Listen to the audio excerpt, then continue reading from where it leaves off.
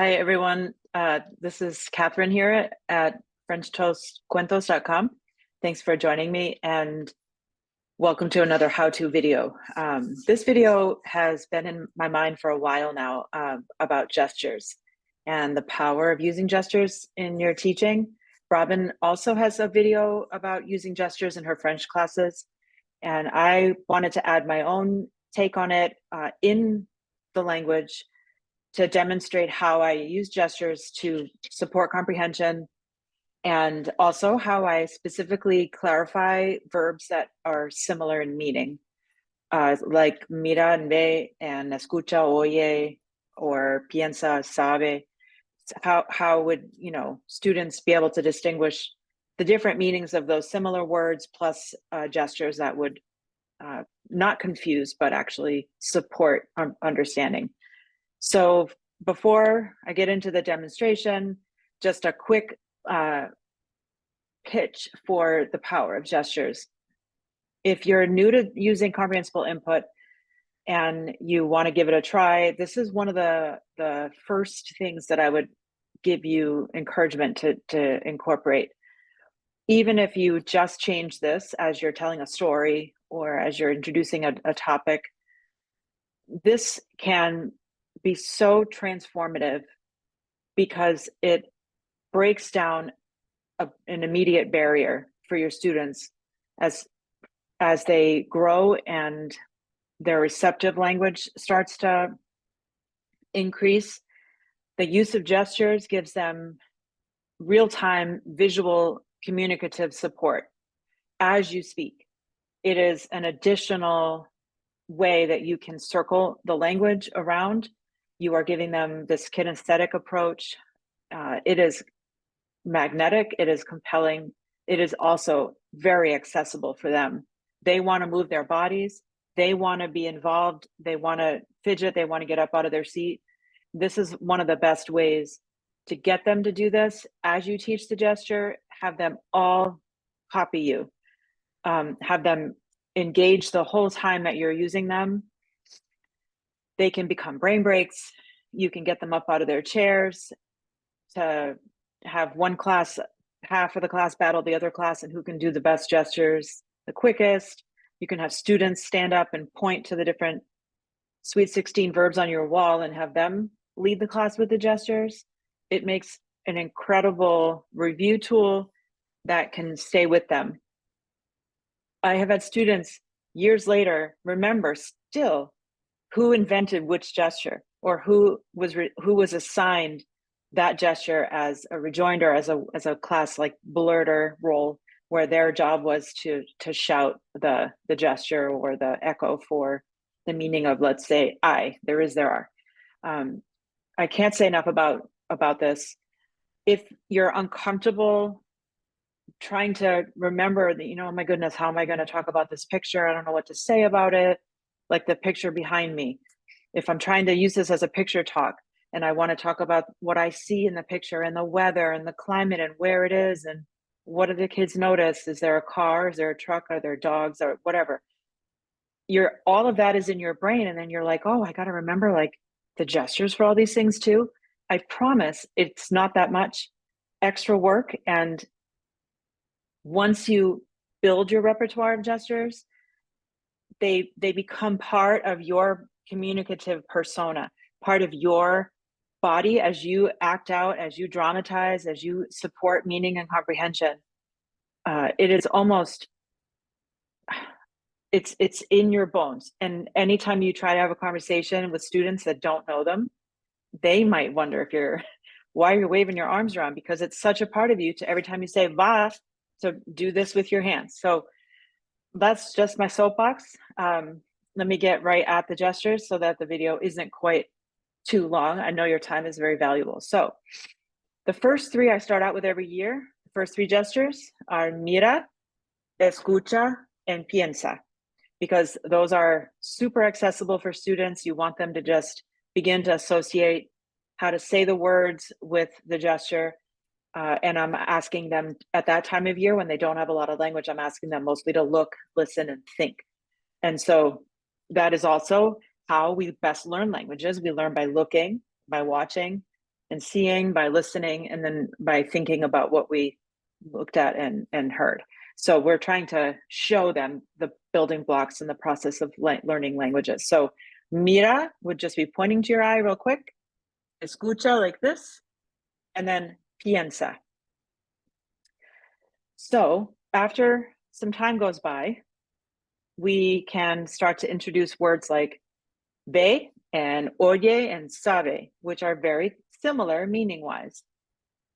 So to distinguish those with gestures, I have miras like this, but ve is like a longer action, because when you look at something, that can be really quick. Oh, look over here.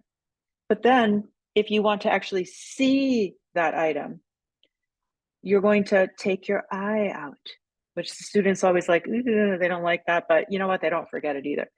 You got to use a little humor. So mira versus ve, sees, okay? And then escucha, it's kind of like hearing whatever noises, but if you really, well, let's be like listening. If you really hear things, it goes into your brain for analysis. So now that's oye. Oye goes right into your ear.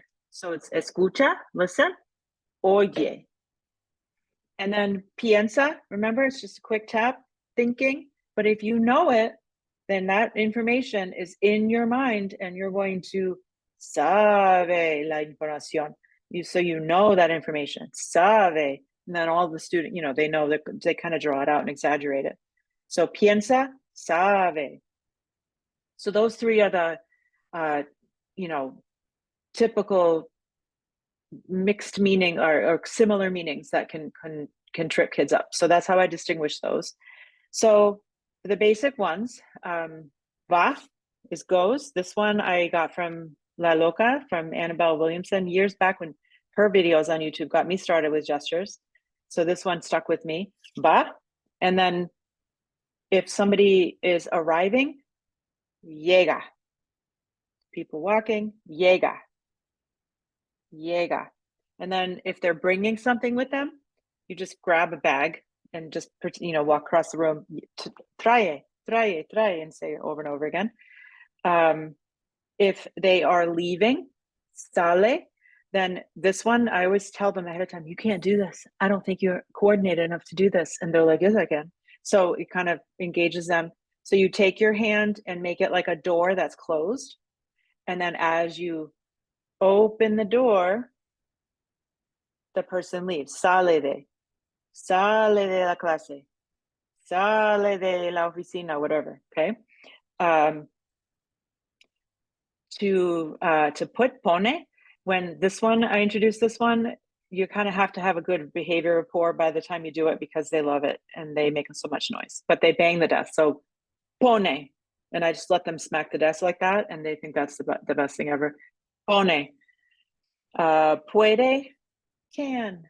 Puede, si se puede, whatever. Busca, searching. That's an early in the year one, because you can do classroom objects, games, and stuff like that with busca, and they pick it up real fast. Dice. Hace has two meanings. So I usually go to do, to make, to do, to make, to do, to make, because it's almost like rolling dough or making cookies or whatever. And have them, this one they have to repeat with you over and over again in English. Hace, to do, to make. Hace, to do, to make. And the echo is what helps it drill into their head. I is another one with the two, there is, there are. For this one, we say I, and then I assign one student to shout out there is with their hands up like that. And then an echoer student, another student, will echo by saying there are, and their hands go down. So it's there is, there are. I, there is, there are. And it has to be quick. If the kids are not, if they're fading out or not paying attention, the other classmates will call them out on that, because they're expecting to hear. When I say I, they're expecting to hear two people go, there is, there are, with the gestures. They don't forget who has there is, there are years later. I promise this. It's just so remarkable. If you want to talk about TNA is one of the earlier ones, right? So for this, I just pretend I have something in my hand, and then I place it in my other hand like I really have it. TNA. tiene. And then quiere would be like, gimme, like your hands are out, like, give me some of the candy or money or whatever. But you just say quiere, and they're like, oh, I want. And it's a little bit more of an abstract, but they follow it. Le da, you have something on your hand, and then you want to give it to someone else. Le da. I typically use the article, the indirect object there, because it's so common in writing, and it tends to support their presentational writing skill. But you can leave it out if you don't want the le, but le da is gives. And then returns, vuelve. I just take make a circle in the air.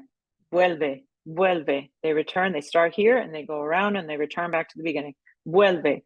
And then with those complicated ones that are not cognates in any way, and they're a little bit, for some reason, some just, I find they're more like Teflon. They don't stay in the brain. They need more repetition. You can really provide that repetition in stories. So I have a few stories. They're soon to get published in my store and on the blog. One particular story that gives lots of repetition of llega and vuelve and va is a story I have about an elephant who can't find his mom. And so he goes to all these different places to look for her. And then every time he doesn't find her, he goes back, vuelve, returns home again, and she's still not there. And the kids get, kind of captivated by the story. And then before you know it, the gestures accompanying the meanings solidifies it, and then they retain the language a lot better. When you go to do the past tense of these, once you don't have to wait until like level 2 for that either. That can happen. Verb tenses can be taught early. The brain is wired to understand time frame. So once you establish the meaning of va, if you're telling a story and the action happened in the past, then once you establish that this meaning means going, it doesn't matter if it's go or went, the student can follow it. But then this gesture becomes the representation of that action. And that's why this is so powerful. So you can, ayer, fue, and the kids are like, oh, go, oh, ayer, past, en el pasado, fue.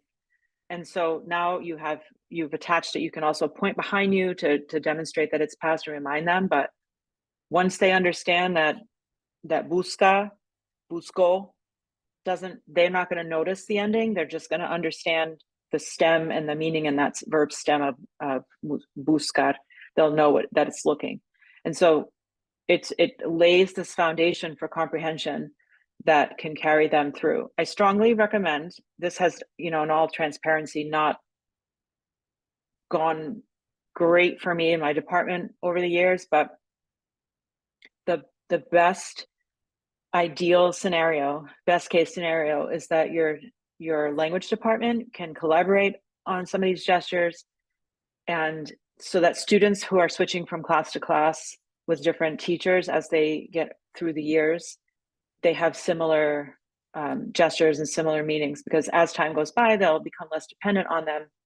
But it really does help enable and facilitate conversation and comprehension if the whole staff is coming from it at the same point of view. So if you do have other teachers in your department who are working with this kind of storytelling, comprehensible input, I recommend that, share this video with them, collaborate, make your own gestures that make more sense to you. Than if you don't, take my idea, then by all means, make it your own. What resonates with you and how you want to personify the action. But really run with it, see how it goes, see how you like it. I have loved it. I have found success with it over the years. And so subscribe to our YouTube channel and our blog. We're going to continue with the how-to series, and best wishes. Buena suerte. Hasta luego. Chao. Nos vemos.